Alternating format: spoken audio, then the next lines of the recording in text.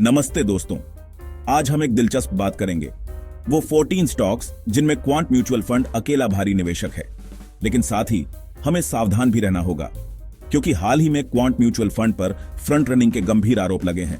तो चलिए शुरू करते हैं। क्वांट म्यूचुअल फंड तो अपनी अलग पहचान रखता है। इसकी निवेश की रणनीतियां काफी डायनामिक और यूनिक होती हैं। अब बात करते हैं उन 14 स्टॉक्स की जिनमें क्वांट म्यूचुअल फंड ने अकेले दांव लगाया है। 1.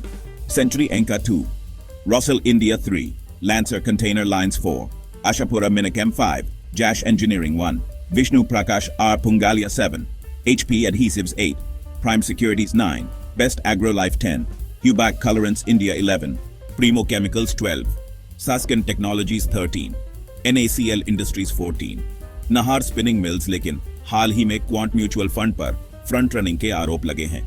फ्रंट रनिंग यानी कि गुप्त जानकारी के आधार पर पहले से ट्रेड करना एक बड़ा जुर्म है। इससे लोगों को फंड की भरोसेमंदी और आगे के प्रदर्शन पर शक हो रहा है।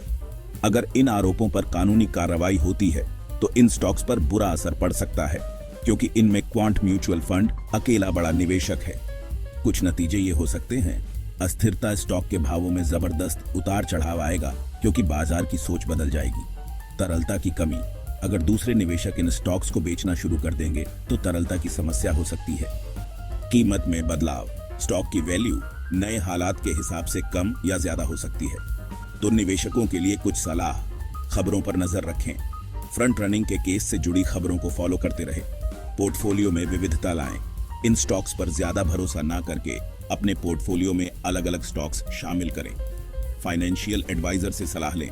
इन सब के नतीजों को समझने और अपने पोर्टफोलियो को सही तरीके से मैनेज करने के लिए किसी अच्छे फाइनेंशियल एडवाइजर से बात करें।